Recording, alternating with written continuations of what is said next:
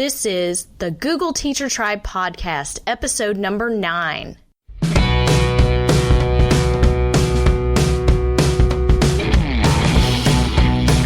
Welcome to the Google Teacher Tribe Podcast, your source for the latest news on Google for education, tips, tricks, and teaching ideas you can use in class tomorrow.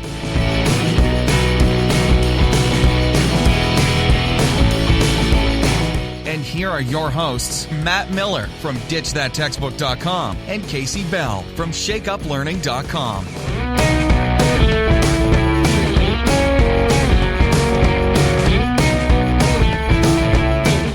So, Matt, I'm having a few technical difficulties today.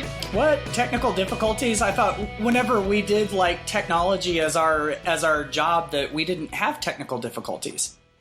Oh, always have technical difficulties. I also find that people love it when you have technical problems as a presenter. Yes. Because they know that it happens to everyone. So if my voice sounds a little bit different, I'm actually having to record on my phone, and I'm traveling right now, and my computer has completely died on me, and I will be having to work on that as soon as I get home. So, but this is the world that Matt and I live in. Mm-hmm. So we're constantly on the road and out there talking to teachers across the nation, and enjoy it for sure. But sometimes we may have to be a little bit creative with our recording and be coming to you from different time zones and things like that. So it can definitely be a challenge, right, Matt? Yeah, definitely. It's like sometimes we're doing that's like the not so glamorous part of this podcast that you guys never see, is that sometimes we're coming to you from a hotel room, or sometimes we're coming to you from a conference where we just grabbed an empty room and recorded, or that's kind of the way that this all comes together. But hey, it eventually does come together. And speaking of coming together, I think we've got a good episode for you guys today that is coming together. That was not my best transition, but we're going to go with it. So yeah, there's so much to talk about in this episode. So tell us what's inside, Matt. Well, I will. We're going to be talking about a tool that I know Casey and I absolutely love, and that is Google Forms, where you can make these cool surveys that do all sorts of great stuff. So we'll talk a little bit about what they are and how you can use them in class, and how they can even be a huge time saver for teachers. And we've got some Google News and updates to share with you, including some really neat things that will help teams work together better, which could be within departments or within schools. We've, of course, got audience feedback and a great question from a listener and some blog posts. So, without further ado, let's get to it.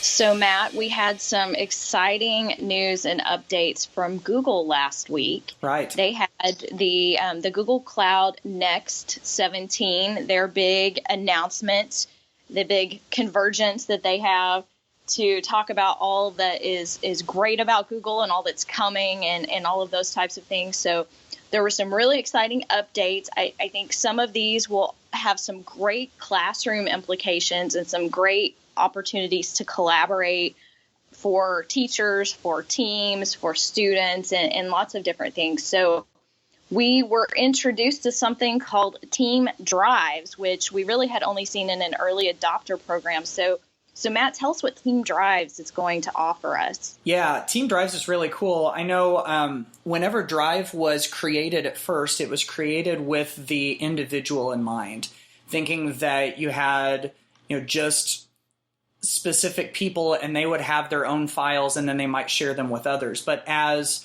sharing continued to take off and teams were sharing more with each other, I think Google started to realize that they needed more of a team option. And so Team Drives, there's nothing real complicated about it. It's basically a drive that is created so that a team can access it. Now, what's really nice about this is that the thing about teams is that they're constantly changing, and you have people that will leave a team and will come onto a team. And whenever you had individual file sharing, that was kind of a pain, because sometimes somebody from your team might leave. Like I know with teachers, sometimes they would leave and they would have files that everybody really wanted. And whenever their drive got taken offline, then those files would basically die. And so if you have things saved in a team drive, now it's a central hub, a central access point for everybody. And so it really makes accessing all of those things by different team members so much easier because they're not tied to individuals. Yes, this is huge. And by the way, we do have a link to the details, including how to enable it in your admin panel. So you have to have this turned on for you by whoever's in charge of your domain at your school. So that link will be at googleteachertribe.com/9, right? We're on episode 9. Yes, 9. That is correct. Sorry, I changed my page. So I actually joined the early adopter program for Team Drives, and I've been really impressed with it so far. And if you haven't seen it, what will happen is as soon as it's turned on, and it usually takes about 24 hours before you can actually create a Team Drive, but your Team Drives will appear on your Google Drive page, but just under My Drive. But at the same level. So you know how you have your little arrow with your drop down with all your folders inside My Drive? You will have the same type of little arrow next to Team Drive where you can create those. Now, what Matt was saying is there is no specific owner of a Team Drive, which is what's great because the changing of the ownership and when people leave and all of that. So sharing looks a little bit different inside Team Drives. And so when you go to that share button, you'll see sort of a different type of window. But I think this is going to offer a lot of great opportunities for, especially at the administrative level in terms of managing things and collaboration between teachers and teams and things like that. Yes, and it'll be really interesting to see where teachers take this and where school teams take this. So, Casey, you've got another piece of news to share about Hangouts, right? Yes, so another big update that we heard about last week was with Google Hangouts. And so now there is something called Google Hangouts Chat and something called Google Hangouts Meetings. And so right now, Meetings is still an early adopter type of thing, and I've already checked. They have closed the form, so you can't even go try it if you want to. So I'm really going to focus on chat. And let me tell you, some people are calling this the Slack killer. Right. Because this is going to bring in some of those aspects of collaborating and working on team tasks and things like that, and trying to get things done as a team. So a much more collaborative space other than just being able to talk. You're going to be able to share and to create those types of things inside the chat. So again, details are in the show notes, but this is something that has to be enabled inside your Google domain. I've already enabled it in my Google for Education domain, and to turn on the actual chat. So formerly what we used to call Google Talk inside G Suite for Education is now the Hangouts chat. And so hopefully we'll get a little bit more access to meetings and to see the little chat bot, which is actually doing some super cool machine learning and helping make our lives easier. So really excited to see where all of these updates take us. I was geeking out last week trying to catch the live announcements. Yes, because I'm that girl. I'm the one who's trying to learn in a session, plan for another session, and watching the live Google announcements. And we love that about you. Yeah, hey, that's me. So that's what we do. So we have these fabulous news and updates, but sometimes we get some great tips from some of our listeners as well, and they're shared to us, whether it's on Twitter or Google Plus, or sometimes people leave us some messages and things like that. So Matt, this is a really cool, maybe spooky trick, you might say. Spooky trick, yes, exactly. So I stumbled upon this one out on Twitter, and this was shared by Heather Sanders, and I love her Twitter handle. It's called Cool Teacher, and it's spelled KoolTeecha. So that's her Twitter handle. And I think that she shared this around Halloween, and the link that we have in the show notes will take you to a slide presentation where she shows you how to do this. And she says that sometimes, and this is so true, sometimes you share a link with students in a document or a slide presentation or something, and they want to just immediately click on it and jump in, and they're already 4 steps ahead of where you want them to be. And so if you want to hold them back a little bit so that everybody gets to that link at the same time, here is her trick. I thought this was sort of like a cool ninja trick that you wouldn't have expected. One way that you can keep kids from jumping right onto that is to highlight that link and change the text color, ready for this, to white. Then, I mean, it's not easily seen. It's not obvious. They could technically still stumble upon it. But if you change it to white, then you let them jump into that document. And then as soon as you're ready for them to go to that link, you can go highlight that text and go change it back to black if you want, or you can tell them where to click, and then they can go on. And so I thought that was a pretty clever trick to kind of manage things and keep kids from jumping off to places that we're not quite ready for them to go to yet.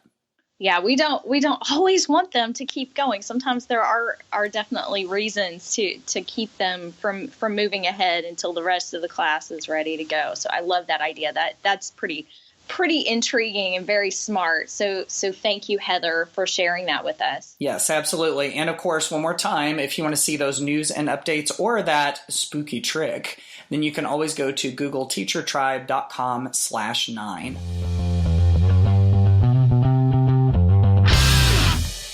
So I know that when it comes to Google Apps or G Suite, a lot of times people think of your docs and your slides and your sheets because it's so similar to the Microsoft Office that we've used for so many years. But there are a handful of other tools out there that can really kind of change the game in the classroom, and I would put Google Forms in that category. And if you're not real familiar with Google Forms, it's basically Google's tool to create surveys. And just the ability to create a survey and to gather responses from people is pretty huge. But Google Forms is really one of those like innovative, versatile tools. It's kind of like your Swiss Army knife of Google tools so that it can be used in lots and lots of different ways. It's really flexible. I've seen teachers use it in just a ton of different creative ways. And so we want to dive in just a little bit to some of the features that you can use in Google Forms and how those can be used in the classroom. And I've seen tons of cool examples. And Casey, you've got one of the more common ones, I think, to kick us off.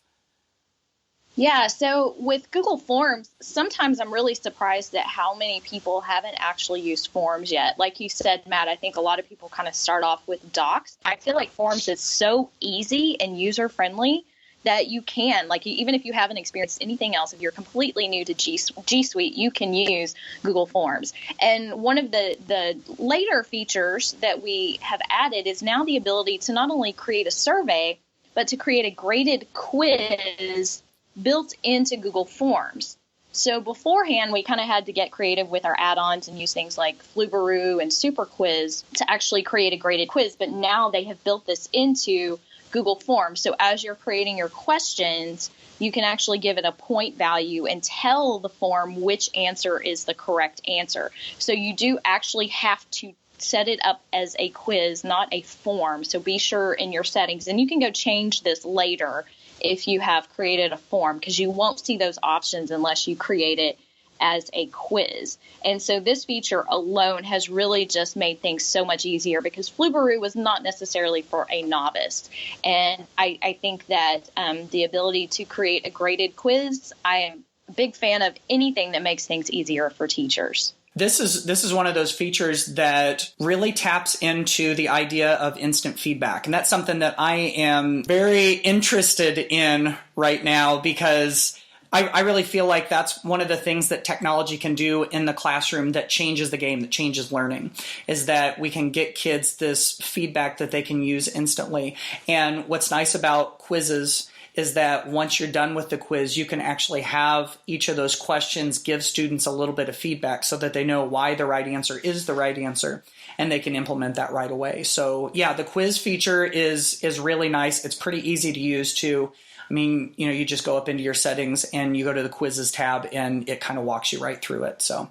And they keep adding new features to Forms. Like, the transition to the new Forms was, I will say, a little bit difficult for me, because at first it was missing some of the features that I missed in the classic Forms, so to speak. But now that everything sort of has the same material design that Google calls it, we have the three dots or the three lines. There's always a menu or a more actions button there. So if you're ever looking or clicking around trying to figure out how to do something, in these different Google applications, but especially in Forms, things seem to have been hidden behind those three little dots that you see in various places, such as the settings, like we were talking about, and being able to transition into things. So you and I were talking before we started this episode that Google Forms could be like 9 episodes or 10 episodes. There's so much, and it may be, folks. So we're just going to scratch the surface today. We're not going to go super complicated. We're not going to get super geeky with add-ons today.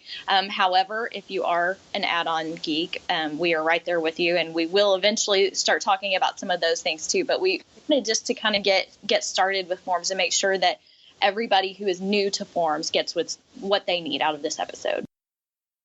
One thing that was added not too long ago that I was happy to see was that you can get email notifications whenever a new response comes in. So here's basically how that works, is that you deliver your Google Forms survey to somebody, and then they take that survey and they hit submit down at the bottom. And whenever they're done, all of that data gets saved in the Google form. You can have it saved to a spreadsheet. But now you've got the option for the form to send you an automated email that says, hey, somebody just submitted a response in your form. And it's really nice, especially when you have forms that don't get responses regularly. Now, if you are using Google Forms to do a quiz or to do something where you're going to have like 100 students go through it in the course of a day, I would not recommend turning on email notifications for that one, because your inbox is going to be filled up in a hurry. But if it's something that doesn't come in so often, like I know Google Classroom has just recently added email notifications for late work. But before that was an option, this was a really nice workaround for that, whereas you could set up a form and have students fill in their name and the assignment that they turned in late so that you knew that it was turned in. And then as soon as they submitted that, then it would send you an email and it would notify you, hey, there's this late work.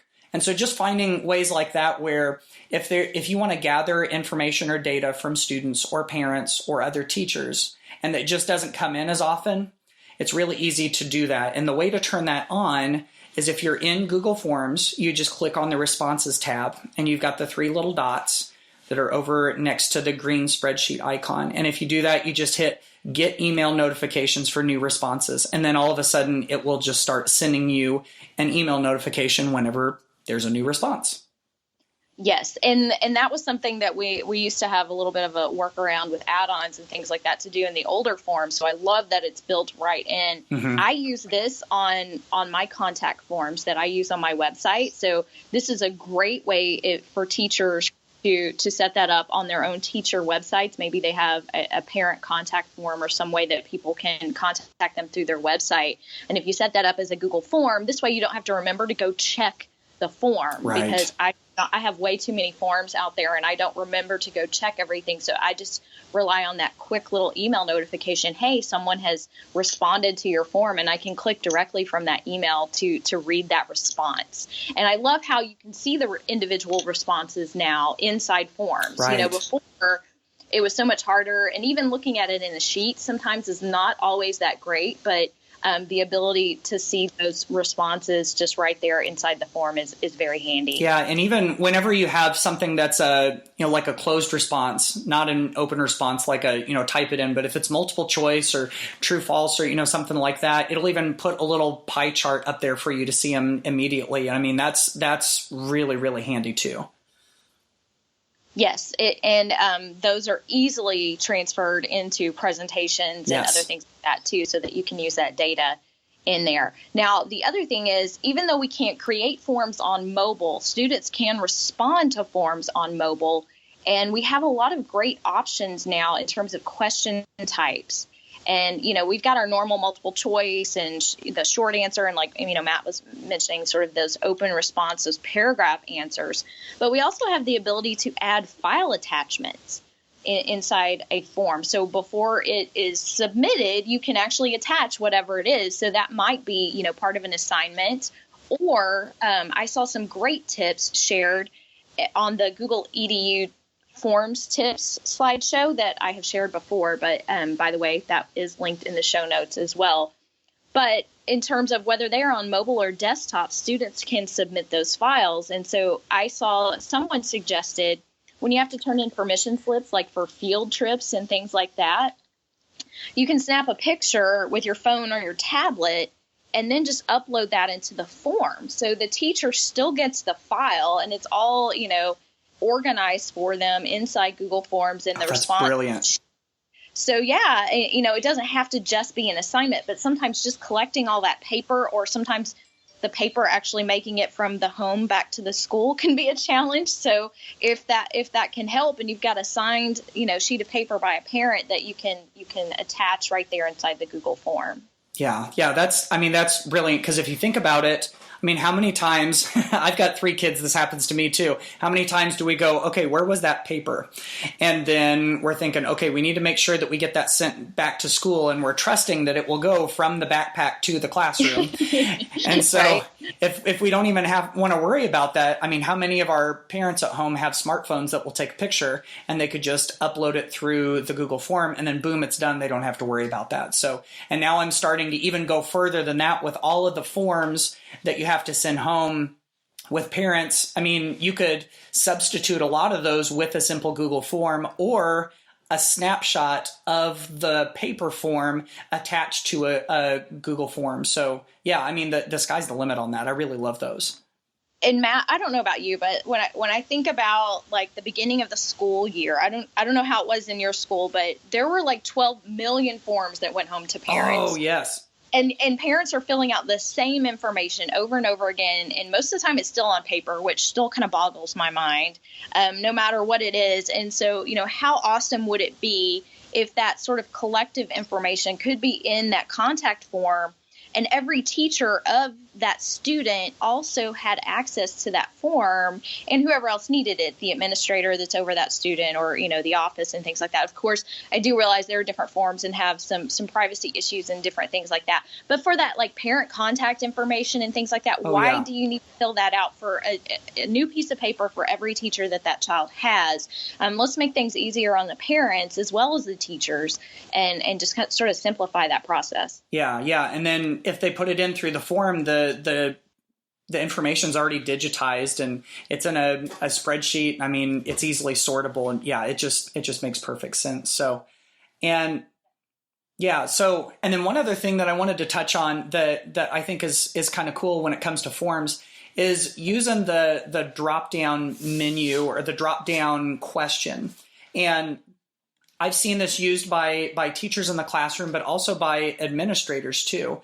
And what they'll do is they'll create a form and they'll make a drop down with all of the names of all of their students or all the names of all of the teachers. And then what that means is that they can put another text field down below it and use that for documentation. And so what you can do there is you just have a simple form with just a couple of questions, and then you choose the drop-down menu of if you're getting ready to do evaluations as a principal. You walk into that classroom, you load up this little form, and you choose the teacher's name and the drop-down, and then you just start typing in some text that you want to log.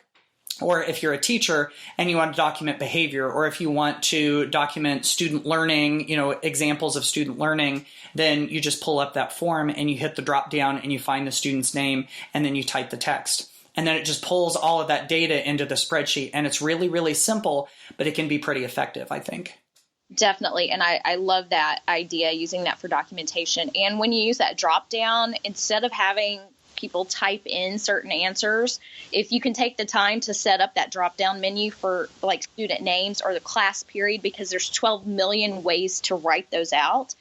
Some people might input last name first, some might do first name first. And then when you go to your Google Sheet, you can't sort it and filter it. So that actually makes your sheet a little bit cleaner as well. Yeah. The sorting feature there, that makes it, that's worth the price of admission, as they say, Absolutely. I think. Yeah. So, all right. Well, that's, like Casey said earlier, we're just sort of scratching the surface here. Those are just a handful of the things that we think are really useful and some ways that you can use those. And I'm sure that we will be revisiting this whole Google Forms idea and talking about some of the add-ons and some other different ways that you could use those in class. But for now, hopefully there's been something there that's been useful to you. And Matt, we have a ton of links in our show notes right now. I think we keep all of these here. So if you're looking for more, we have tons of resources on forms that we haven't even talked about yet, but we will continue to revisit Google Forms on the podcast. But until then, we want to give these to you in the show notes. So those will be there at googleteachertribe.com/9.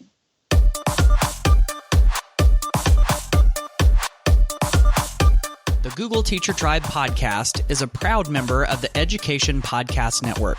The Education Podcast Network. Podcasts for educators, podcasts by educators.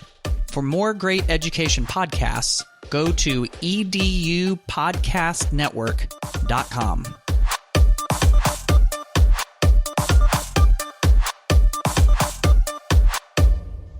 Matt, I love reading your blog posts, so I sound like a fangirl over here, but I truly am. And, and I can't tell you how many of your little newsletters saved in my inbox for when I have time to go back and do some learning on my own. So I really enjoy what you share and what you publish, and you have something really interesting to share on today's podcast. Yeah. About rethinking the definition of wasting time.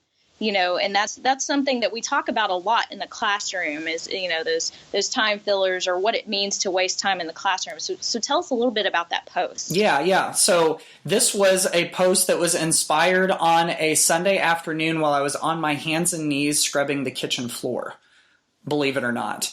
And so while I was doing that, I was kind of looking for an excuse to get up and take a break. And I hadn't heard anything out of my 3 kids. I've got a 5th grader, a 3rd grader, and a 1st grader. And so I just, put the scrub brush down and went and figured out what they were doing. And I realized that all 3 of them were doing something that certain people could construe as wasting time. But after I got done checking on all of them, I thought, I'm kind of glad that they're doing all of these things. For example, my oldest was flying a drone that she got for Christmas. And my younger daughter was trying on earrings. I mean, there were little things. My son, who's the youngest, he was watching YouTube videos about American Ninja Warrior. He is totally obsessed with that right now. And and I started to think that there was actually some good that was coming out of all of those. And it reminded me of a comment from Jane McGonigal, who's an expert in game design and game theory, who I actually get to hear keynote at the conference I'm going to in Michigan on Friday. And I'm very excited about that. And she said, she is. And she talked about how video games aren't a waste of time if we can show the benefits. And so I always think that it's important that whatever it is that we're doing, that we can tie it back to the benefits. If we're getting something out of it, then that to me says that it's not really wasting time. So that's kind of, I dig into it a little bit deeper than that, but that's kind of the gist of that particular blog post. That's great. Yeah, I think we need to rethink a lot of things in education, and I can definitely see that making an impact. And I love how things come to us, even in the most mundane tasks. Right. So yes, absolutely. Even when we're on our knees scrubbing the floor. Right. So, yeah. And I think what you and I try to do is we really just want to help teachers. I think that's both of our goals, and the goal of this podcast and for our blogs. And so one of the things that I discovered as Chromebooks have just sort of taken over the devices in our schools is searching the Chrome Web Store for good apps and extensions that we can use in the classroom is not so easy. And so I started keeping lists on my blog of my favorite apps and extensions. And let me tell you, those lists just kind of got out of hand. It just kept getting longer and longer, and trying to keep up with that was difficult. And then I thought, well, who's got the time to go and read all of this? Teachers have so many different subject areas and grade levels that they could possibly teach. So how can I make this something easier? And so I developed a searchable database using awesome tables and Google Sheets. And basically, I took all of my favorite apps and extensions, and then I crowdsourced more apps and extensions into this database that is not only searchable, but you can filter by app or extension, by subject area, by grade level to find out what other teachers are using and sort of these vetted Chrome apps and extensions. So I updated this not too long ago. This came out last year, but I keep adding to it. And by the way, if you go to this link, there is a link to a Google form. So if there are some favorites that you have, please help me make this better and fill out the Google form and share with me what your favorite Chrome apps and extensions are so that I can share this with other teachers. Yeah, that's awesome. That's going to be a really, really nice resource. So, and whenever we can crowdsource with everybody, I think that's a good way to go. And I have to say that while you were talking about that, I kept hearing that dumb, like, YouTube video, the old expression, ain't nobody got time for that. Right. I kept hearing that go through my head while you were talking about this because we don't have time to look all of this stuff up. No, ain't nobody got time for that. Yeah, and there's already 150 plus apps and extensions in this list. Wow. So yeah, ain't nobody got time to read 150. So you need to be able to find and filter. By the way, there is a filter just for my favorite. So if you just kind of want to start from there, if you want to search Alice Keeler, because Alice has like 1 million and you have one with her and that one's on the list too. So just some awesome things in there to share. Yeah. So if you want to check out either of those blog posts, of course, feel free to jump over to our show notes. Those are at googleteachertribe.com/9. So today we've got a really good question for you from our mailbag, and this one comes from Louis Soper from Lancaster, Pennsylvania. Louis had a couple of questions for us, but the one we're going to touch on today has to do with guardian emails or parent emails in Google Classroom. And here's what he says. He says, are there any resources to help set up parent email summaries? Is this a function that needs to be allowed by our Google admin? And so we'll answer this one real quickly and easily. And the answer to both of those is yes. So are there any resources to set them up? I know that Google does have a nice support page. Not all of the Google support pages are super easy and super user-friendly, but this one is. And it sets up the instructions. It gives you the instructions for how to set up those parent email summaries, which are kind of nice because basically what they will do is they will pull all of the assignments and all sorts of information that parents want to know automatically from Google Classroom and stick them into an email and then just shoot those out to parents without you even having to do anything. Now, by default, they are turned off. So if your Google admin does allow them, and your Google admin does have to allow them, but as soon as those are allowed, the default is set for off. And so if you want parents to be able to receive some of those updates periodically from your Google Classroom, then you do have to go in and there's a setting to be able to set that up. And we've got a link in the show notes, googleteachertribe.com/9, where you can go find all of the instructions to get that done. So Louis, that was a good question. I'm glad you brought that up, and hopefully that solves your problem. Yes, the parent email summaries was a feature that has been requested for a long time. And so having that ability is just huge. I know I used to have parents email me every day and ask me, what did you do in class today?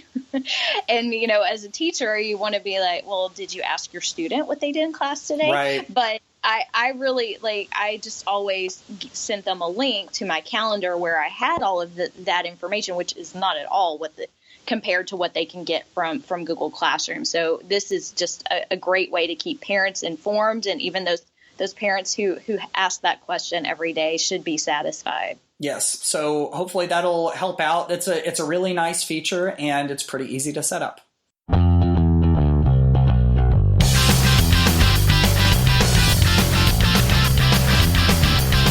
So, Matt, I think that wraps up episode 9 of the Google Teacher Tribe. I can't believe we're already 9 episodes in. I know. I'm super excited about it. Oh, my goodness. Yeah, I said it. We now have to say it in every episode. I think so.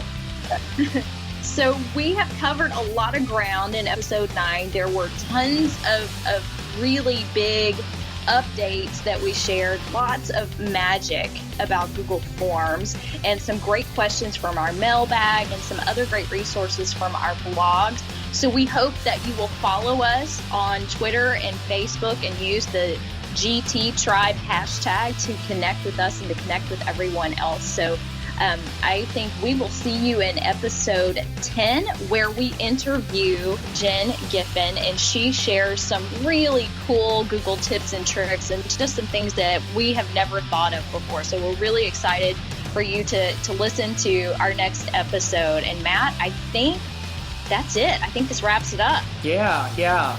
9 episodes, and we're on to the 10th one, and it'll be a great one too. So we will see you all on the next episode. Bye, y'all.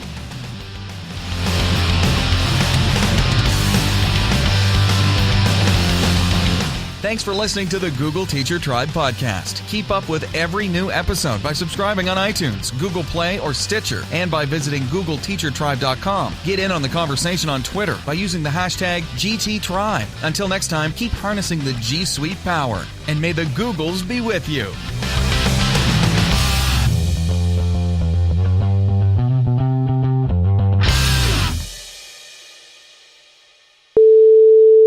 Yeah, well, I'll just cross my fingers and say, Chris, make me sound good. So. Yes, exactly. So he can dub over it with his voice. Yeah, there you go. Yeah, that's right. Casey's talking, and it's high-pitched Casey voice, not like really high-pitched, and then it's like Chris Nessy voice. Yeah, like when you're watching one of those movies where they try to cut out the bad words and they fill it with somebody else's voice that sounds completely different. Yeah, it's like, oh my goodness, you're such a really bad person for doing that. Oh, you're gonna be in the bloopers. Oh dear, that's okay. Yeah, I can live with that. That's priceless there. I live in the bloopers, so yeah.